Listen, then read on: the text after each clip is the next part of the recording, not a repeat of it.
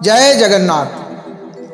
तो बंधुओं, आज हम श्री जगन्नाथ महाप्रभु जी के श्री मंदिर के भीतर हर एकादशी को किस तरीके से, किस प्रकार से महाप्रभु के एकादशी का जो रीति नीति होता है उस विषय में हम चर्चा करेंगे। ध्यान से श्रवण कीजिए कि जगन्नाथपुरी में श्री मंदिर के भीतर एकादशी का जो रीति नीति है, जो रिचुअल है, वह नीति किस तरीके से होता है, इस विषय में हम चर्चा करेंगे। तो देखिए, एकादशी भगवान श्री विष्णु नारायण जी को समर्पित है और वैष्णवों के लिए एक महान व्रत है, श्रेष्ठ व्रत है, जिस व्रत को करने से भगवान श्री हरि प्रसन्न होते हैं, बहुत प्रसन्न, बहुत ज़्यादा प्रसन्न होते हैं ठाकुर जी। इस जो एकादशी व्रत करता है, तो इतनी महिमा है इस व्रत की। इस व्रत की हम क्या महिमा बताएंगे, स्वयं भगवान अपने श्री मुख से युधिष्ठिर जी को बताते हैं। हर 12 महीना में जो 26 एकादशी है, सब एकादशी का जो महत्व है, महिमा है, खुद स्वयं भगवान श्री जगन्नाथ जी ने युधिष्ठिर को सब बताए हैं। तो जगन्नाथ मंदिर में, जगन्नाथपुरी में आप जानते हैं एक विशेष बात क्या है। यहाँ पर जगन्नाथपुरी में जो एकादशी मैया हैं, उनको जगन्नाथ महाप्रभु उल्टा लटका के इसे बांध के रखे हैं श्री मंदिर के पीछे। तो एकादशी को पूरे भारत में भगवान का सब जगह पर अन्न भोग नहीं लगता है। अन्न भोग को निषेध कहा गया है, क्योंकि एकादशी को तो सस्य का भोजन नहीं करना चाहिए, तो उसमें पाप निवास करते हैं।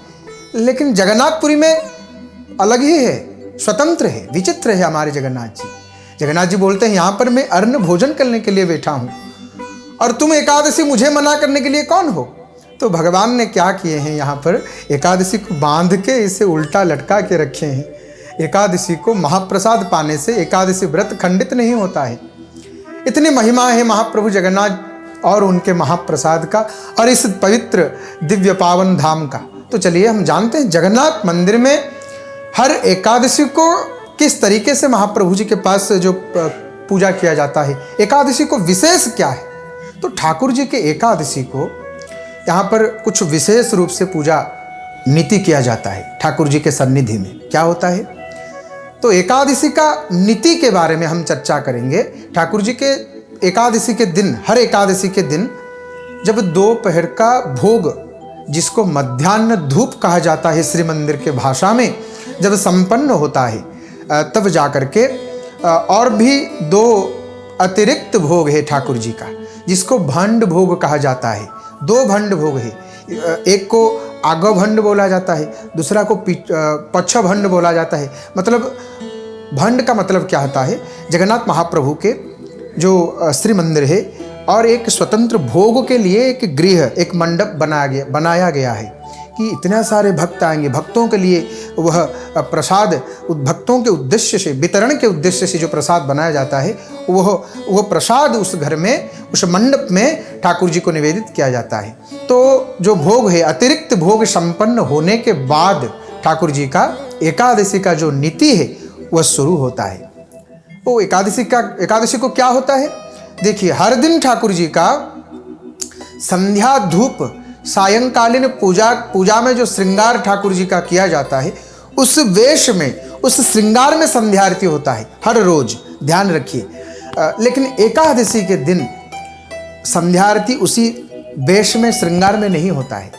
एकादशी के दिन क्या विशेष होता है, एकादशी के दिन दोपहर की पूजा और अतिरिक्त भोग संपन्न होने के बाद ठाकुर जी का जो दोपहर का जो श्रृंगार होता है, जिसको मध्याह्न धूप कहा जाता है, मध्याह्न धूप में जो ठाकुर जी जो श्रृंगार, ठाकुर जी जिस वेश में दर्शन देते हैं, उस वेश को निकाला जाता है। श्री मंदिर के भाषा में मैलम कहा जाता है, मतलब ठाकुर जी का श्रृंगार, अलंकार, आभूषण, वस्त्र, पुष्पमाला सब निकाला जाता है। उसके बाद ठाकुर जी को, जगन्नाथ, बलभद्र और देवी सुभद्रा जी को गीत गोविंद खंडवा पाटवस्त्र चढ़ाया जाता है, ठाकुर जी को पहनाया जाता है।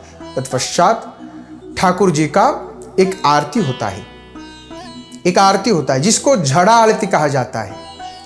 मदन मोहन जी देखिए, ठाकुर जी के अर्चा विग्रह, उश्चव विग्रह जिनको कहा जाता है, तो अर्चा विग्रह दक्षिणी घर से दक्षिणी घर वह घर है, वह मंदिर है जहाँ पर ठाकुर जी के अर्चा विग्रहों का आस्थान को दक्षिणी घर कहा जाता है। श्री मंदिर के भीतर है दक्षिणी घर, मुक्ति मंडप के पास में। तो मदन मोहन जी जो ठाकुर जी के अर्चा विग्रह हैं, जैसे मान लीजिए चाप हो गया, चाप मतलब नौका विहार, चंदन यात्रा जिसे कहा जाता है, और ठाकुर जी के पूरे वर्ष में जो तमाम लीलाओं में जो अंश ग्रहण करते हैं, भाग लेते हैं, ठाकुर जी के प्रतिनिधि के रूप में जाते हैं। मदन मोहन भगवान कृष्ण का विग्रह, मदन मोहन जी परिक्रमा के लिए आते हैं। हर एकादशी को ठाकुर जी के अर्चा विग्रह श्री मदन मोहन जी श्री मंदिर को परिक्रमा करते हैं। तो परिक्रमा करने के बाद ठाकुर जी के श्री मंदिर के भीतर गर्भगृह के थोड़ा सा पीछे जो जय विजय द्वार है, जहाँ पर जय और विजय ठाकुर जी के जो द्वारपाल विराजमान है, वहीं पर मदन मोहन जी को क्या होता है, एक विशेष नैवेद्य एकादशी का जो भोग होता है, तो उसको सर्पमणोही किया जाता है। सर्पमणोही मतलब श्री मंदिर की भाषा में ठाकुर जी के दो तरीके से भोग होता है। एक भोग जिसको पूजा पंडा, सामंत, महाभाग जो श्री मंदिर के आचार्य होते हैं, नीचे बैठकर आसन शुद्धि अनुष्ठान सब पूजा करके जिसको भोग लगाते हैं, उसको पूजा कहा जाता है। सर्पमणोही मतलब एक भोग के पात्र में नैवेद्य रखा जाता है, उसको बस ठाकुर जी के श्री मुख के पास दिखाया जाता है, समर्पण किया जाता है, तो उसको श्री मंदिर की भाषा में सर्पामणोही कहा जाता है। सर्पामणोही आरती वंदापना होने के बाद भीतर जगन्नाथ महाप्रभु के सन्निधि में ठाकुर जी का संध्या धूप का जो वेश होता है, वो संध्या धूप का वेश किया जाता है और आरती होता है, संध्या आरती। देखिए क्या होता है, ठाकुर जी का हर दिन मतलब आमतौर पर जो हर रोज का जो पूजा है, संध्या धूप से पहले संध्या धूप का श्रृंगार किया जाता है ठाकुर जी को, सायंकालीन पूजा का श्रृंगार। क्योंकि और जानते हैं संध्याकालीन जो पूजा है ठाकुर जी का, वो बहुत विलंब होता है, क्योंकि द्वारकाधीश कृष्ण के रूप में ठाकुर जी को सायंकालीन जो पूजा किया जाता है, उसी रूप में ही पूजा किया जाता है। द्वारकाधीश कृष्ण, रात का जो पूजा है रासमंडल कृष्ण, इसीलिए ठाकुर जी को पुष्प से श्रृंगार सजाया जाता है ठाकुर जी को। तो हर रोज आमतौर पर क्या होता है, सायंकालीन पूजा का जो श्रृंगार होता है, उसी श्रृंगार में ही संध्या आरती होता है। लेकिन एकादशी के दिन वो नहीं होता है। संध्याकालीन का जो पूजा है, जो भोग लगता है, संध्या धूप जिसे कहा जाता है, उसी भोग में ठाकुर जी का आरती होता है। और एकादशी को जानते हैं एक विशेष आरती होता है। संध्या धूप में आमतौर पर आरती होता है 4 आरती, लेकिन एक जय मंगला आरती कहा जाता है। लेकिन एकादशी को एक अतिरिक्त आरती किया जाता है। वो पूजा के बाद ठाकुर जी का महादीप आरती होता है, और उसी महादीप आरती को पूजा पंडा सामंत महाभाग करते हैं। वो आरती संपन्न होने के बाद पूजा पंडा सामंत महाभाग ध्वजाबंधा सेवक, जिन्हें चुनरा सेवक कहा जाता है, जो हर रोज श्री मंदिर के शिखर पर जाके ध्वज को आरोहण करते हैं, प्रतिदिन नया नया ध्वज आरोहण होता है, तो उन्हीं सेवकों को वह दीपक दिया जाता है। वो सेवक लेकर के श्री मंदिर के शिखर पर चढ़ जाते हैं।